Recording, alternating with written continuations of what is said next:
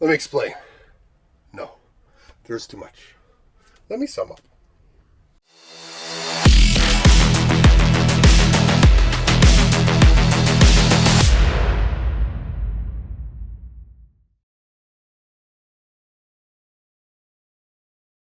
Hey there, guys. My name is Tyler, and welcome to another Ty Talk. Thank you all so much for continuing to watch these videos, and I hope you are doing better because of them.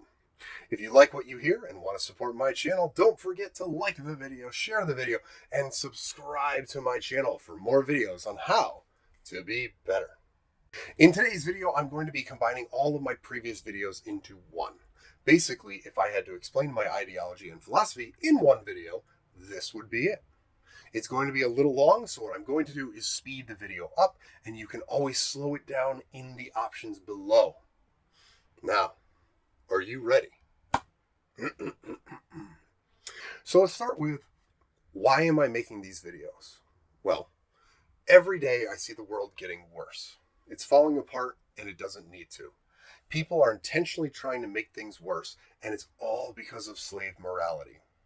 These people have been consumed by slave morality, are intentionally trying to make things worse because they incorrectly believe that they are making things better. I am trying my best to stop slave morality by making these videos and giving you the tips and tricks that you need to not only prevent yourself from becoming a slave, but to also keep yourself safe from slaves.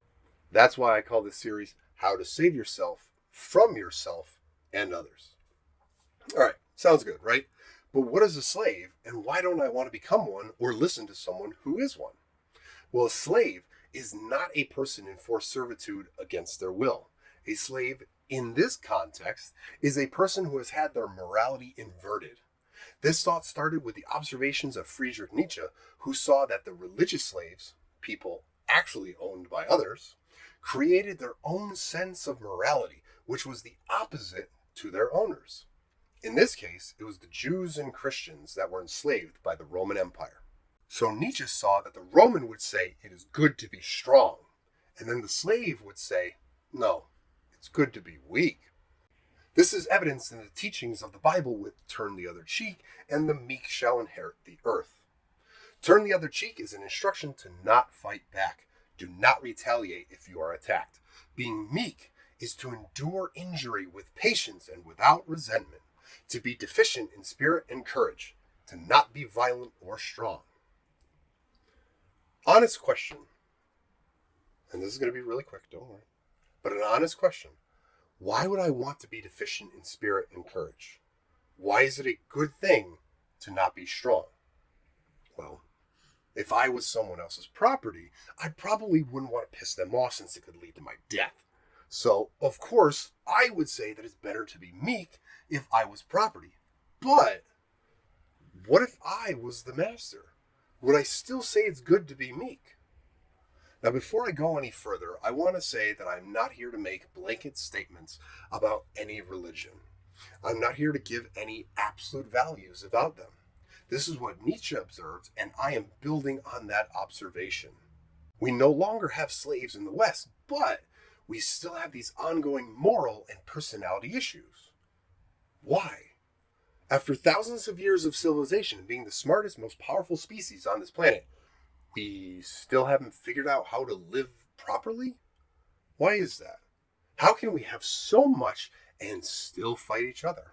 Why are we still waging wars? Well, it's all because of slave morality. Well, but if there are no slaves, then how can we have slave morality? Yes, we've gotten rid of forced servitude, but people are now slaves to their egos. An ego is a sense of oneself or level of self-importance. For all intents and purposes, it's a voice in your head and nothing more. But this voice is not you, and you need to understand that. You need to understand that you are going to have thoughts in your head that don't belong to you. You want a cool way to test it? Have you ever screwed up? We all have, so obviously the answer is yes. But do you remember if you said anything and what you said if you did? You drop a glass, you smash your elbow, you bang your head. Do you remember what you said? Did you say, why did I do that? Or did you say, why did you do that? You're the one that screwed up, and yet the voice in your head, which took control of your mouth, said, you. Well, who's talking? If you were talking, you would say, I, right? Why did I do that? I can't believe I did that. You wouldn't say, why did you do that? So who's talking when you're mad at yourself? Well, I would like to introduce you to your ego. So, yes, being a slave to your ego is bad, and it is better to be in control of your ego, and that then leads to the foundational question of this ideology: is it better? That should be your first question when making decisions and dealing with people. Is this thing going to make me, my way of life, my family, or any other number of things that I care about? Will it make it better? If it is not making it better, and it's making it worse, why are you doing it? Why are you knowingly and willingly making things worse? This is the main problem with slaves. They know what is better and they don't want it. Because of their egos, they think that they know better when they don't. And that's why you see slaves manifesting in the negatives. They are weak, stupid, unhealthy, irresponsible, negative, fragile people that care about tearing others down to make themselves feel better. Not only are they low value people, but they want everyone else to be that way too. And all of this is because their ego is out of control. Now, your ego can be incredibly dangerous to you and those around you if you leave it unchecked. This is the first step in defending yourself from yourself, making sure your ego stays in your control. You need to remember that your ego is not you. It is the fake you. It is the you that you're projecting to others for that external validation. You're trying to be someone you're not, and you're trying to get that external validation because you're not giving it to yourself. But what is validation? Validation is the action of checking or proving the validity or accuracy of something. So if your ego is out of control and you're seeking that external validation, that means that you are looking to have other people confirm the accuracy or validity of your claims. Such claims like, oh, I'm a good person, right? If you are letting your ego run your life, you will never be happy. You will always be seeking that validation from others and never living how you truly want to live. But if you live life honestly, you don't need other people to confirm the accuracy or validity of your life. I'm making these videos to help all of you. I'm not making them to hear what you think about me. I don't care if you think I'm smart. I don't care if you think I'm clever. I'm not doing this to have you confirm the accuracy of my statements. I know they're accurate. That's why I'm giving them to you. Now, whether or not you listen to me, that part is completely up to you. Another way of keeping your ego and subsequent entitlement in check is to be as objective as possible. You need to see your life for what it really is, and you need to do the math right. Every day you go to work and wonder why you're not promoted. Well, did you tell anyone that you want that promotion? Or do you simply think that you deserve the promotion for existing? You wake up every day and you weigh yourself, and you see that you're not losing any weight. Well, are you eating right and exercising? Or do you think that it'll just magically happen because you're you? What about the opposite now? Do you think that it can't happen because of insert excuse here? This is how people fail at the math all the time. Their ego and entitlement are out of control, and they think that life should just be handed to them. That's not how the math works. You're doing it wrong. Your goal is to make yourself better. Why? Because as you become better, everything around you becomes better, including the results of your actions. Well, I want to date a high quality man, or I want to date a high quality woman. Great! Are you high quality? If the answer is no, then you likely won't be able to date those people. But if you increase your value, guess what happens? Well, I want to be in the NBA, but I don't play basketball. Well, you're not going to be in the NBA. All right, you're right. From now on, I'm going to wake up every day and I'm going to practice. Practice, practice, practice. I'm going to increase my skills and abilities, and I'm going to become better every single day. Guess what? You now have an increased chance of getting in the NBA. You need to raise your bar, improve yourself, and see how not only your life is made better, but how better results start coming your way. But if you think you're the best at everything, and you're closed off to becoming better, closed off to listening to people that are better than you, how do you expect things to ever get better? That is how you save yourself from yourself. Keep your ego in check and work towards bettering yourself every day. Give yourself an honest assessment of your skills and plot your path on how to improve. However, we don't exist in a vacuum, and we unfortunately have to deal with other people and their egos. This is the part where you learn how to save yourself from others. As I said before, a slave manifests in the negative. They are not strong, not smart, not healthy, so on and so on. I'm not saying it's an absolute value of if you are weak, then you are a slave. I'm saying you need to take all of their traits into account to see where they are, but this is a good general rule of how to spot them. These people don't look like Superman for a reason. You also need to remember that they want to bring you down. That is a virtue to them. So when they are telling you how to live, ask yourself that question: is it better? Is the advice they're giving me going to increase my value and make me better? Are they better than me? Do they outrank me in this field, and can they actually give me solid advice? Even do that with me. Question whether or not what I'm saying will actually make you better over the opposite. I want you to be stronger. The opposite would be for me to want you to be weaker. But which is better? You being stronger or you being weaker? And now, which one do I want for you? But let's say it's someone else now and they've given you terrible advice. Did they do so knowingly? Did they knowingly try to make you worse? If yes, why are you keeping them in your life? I wish it was as simple as giving bad advice, but slaves have a variety of weapons that they will use in order to keep you down. Their number one weapon is redefinition. This is when they take a word or a concept and then they change its definition. This is when they move the goalposts. This is happening a lot recently, like with Disney, Snow White, Star Wars, The Acolyte.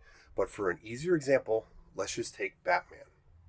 So I'm going to make a Batman movie, except he won't dress like a bat.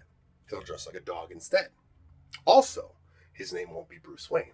And his parents will be alive.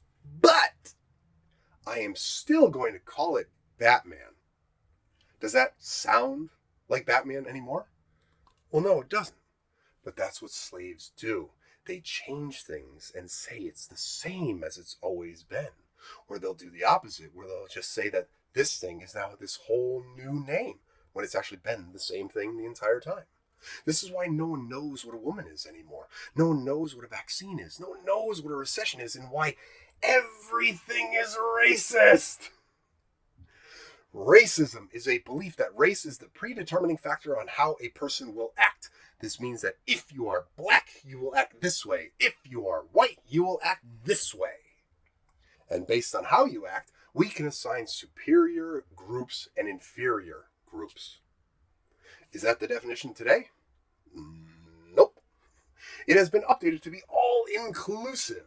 The new DEI definition is prejudice, discrimination, or antagonism by an individual, community, or institution against a person or people on the basis of their membership in a particular racial or ethnic group, typically one that is a minority or marginalized.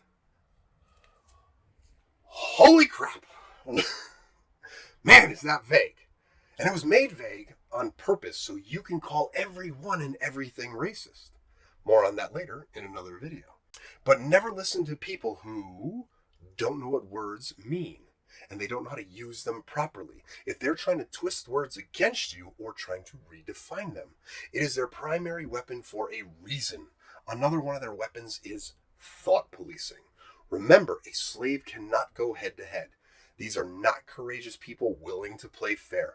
They want to control how you think, and especially how you think about them. Because they don't have that internal validation, they are constantly seeking it from others. That is why they need to control how you think about them. Slaves will use a variety of ways to control your thoughts, like guilt and gaslighting, so you need to be prepared to have your own thoughts attacked by these people. They will also try to turn things into absolute values and act like the exception to the rule is the new rule. Yes, men are taller and stronger than women. That is not an absolute value. That is a generalization.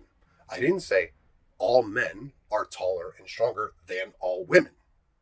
However, a slave will come up with the exception to this rule. Oh, well, I know this one girl who's really strong. So what? You telling me that you know a tall girl or a strong girl doesn't mean that men aren't taller than women in general. So why are you speaking? Why are you giving me this information? Oh yes, you're trying to control how I view you and women because you thought that I was dealing with absolute values.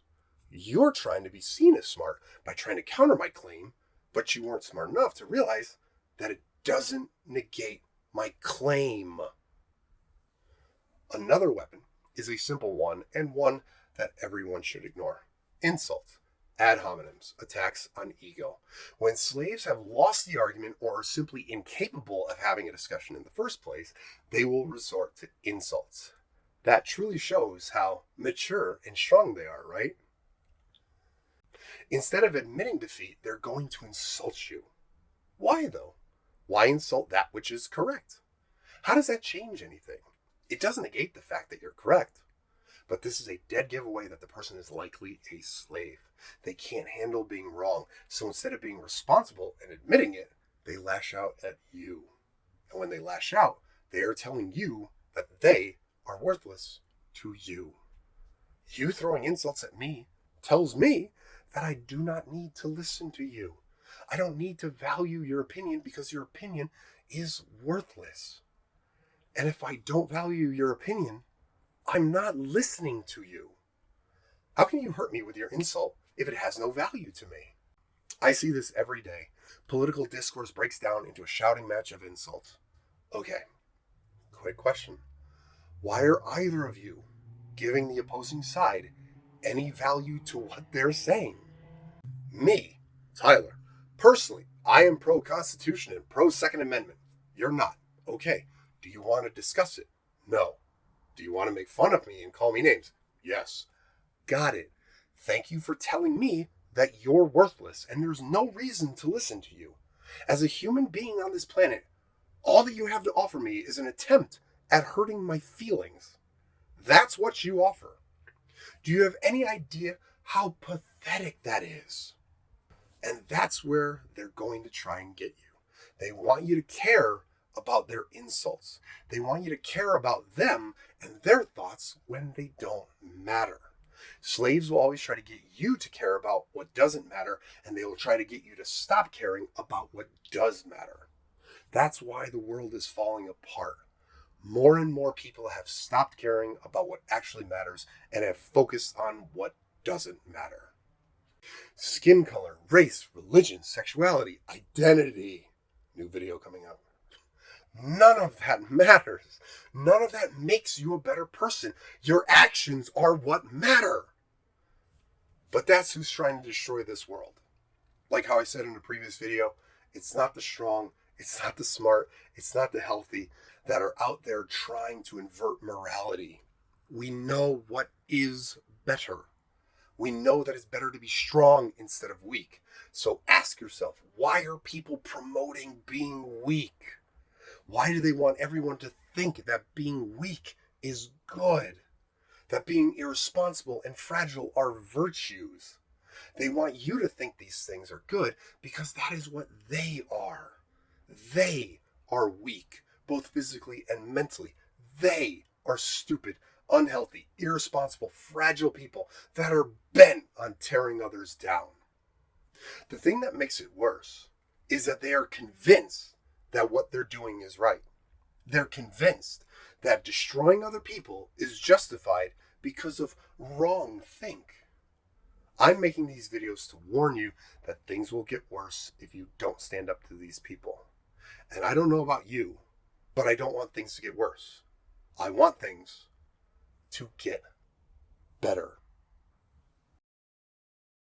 Hey there guys, thank you so much for watching that video. I hope you enjoyed it. If you haven't already, be sure to like, share, and subscribe. And I will see you all in the next one. Thank you again so much for watching.